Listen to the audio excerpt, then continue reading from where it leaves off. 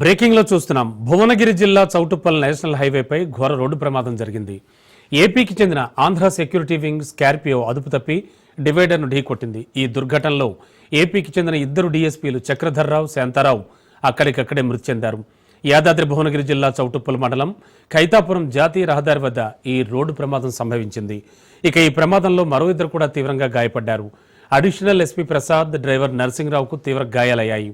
మెరుగైన చికిత్స కోసం హైదరాబాద్ కామినేని హాస్పిటల్కు క్షతగాత్రులను పోలీసులు తరలించారు.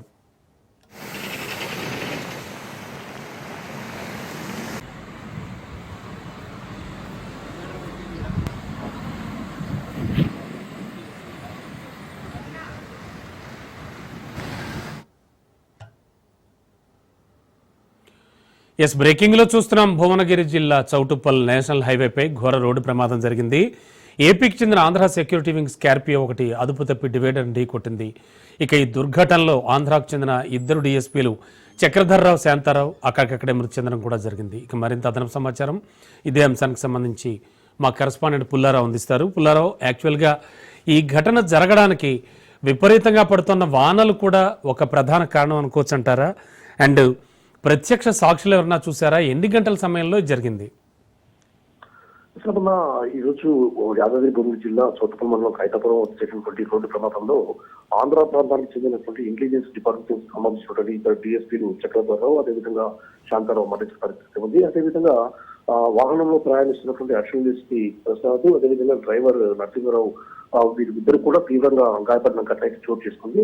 సో గత ప్రమాద విషయం తెలుసుకున్నటువంటి పోలీసులు వెంటనే ఘటనా స్థలానికి చేరుకొని ప్రమాదానికి గల కారణాలపై కూడా పూర్తిగా దృష్టి సారించారు. ముఖ్యంగా ప్రమాదానికి ప్రధాన కారణము మీరు అన్నట్లు ప్రజానిగా చూస్తే ఆ టైంలో వర్షం అనేది పడుతుంది. తెల్లవారుజామున వీరు విజయవాడ నుండి హైదరాబాద్ కు ఒక కేసు నిమిత్తం వెళ్తూ ఉన్న క్రమంలో పూర్తిగా అంటే జిల్లాలో పూర్తిగా వర్షాభ పరిస్థితులు నెలకొన్నాయి. అదేవిధంగా వర్షం అనేది కురుస్తున్న నేపథ్యం అయితే కనబడుతోంది. ఈ ప్రమాదం సరిగ్గా ఉదయం 5 గంటల ప్రాంతంలో జరిగినట్లు కూడా పోలీసులు గుర్తించిన పరిస్థితి ఉంది. అయితే ప్రమాదానికి గల ప్రధాన కారణము వర్షం పడుతుండటంతో పాటు అదేవిధంగా అతి వేగంగా వెళ్తున్న క్రమంలో వీరు వెళ్తున్నటువంటి వాహనం అంటే వీరు హైదరాబాద్ మార్గంగా వెళ్తున్నారు. ఇదే సమయంలో వాహనం వేగంగా వెళ్తుండటము, అదేవిధంగా నిద్రమత్తు ఏదైనా కారణం ఉంటుందన్న కోణంలో కూడా పోలీసులు అయితే దృష్టి సారించిన పరిస్థితి అయితే ఉంది. ప్రమాదానికి గల కారణం ఏంటంటే వేగంగా వెళ్ళటము, అదేవిధంగా లేదా నిద్రమత్తు.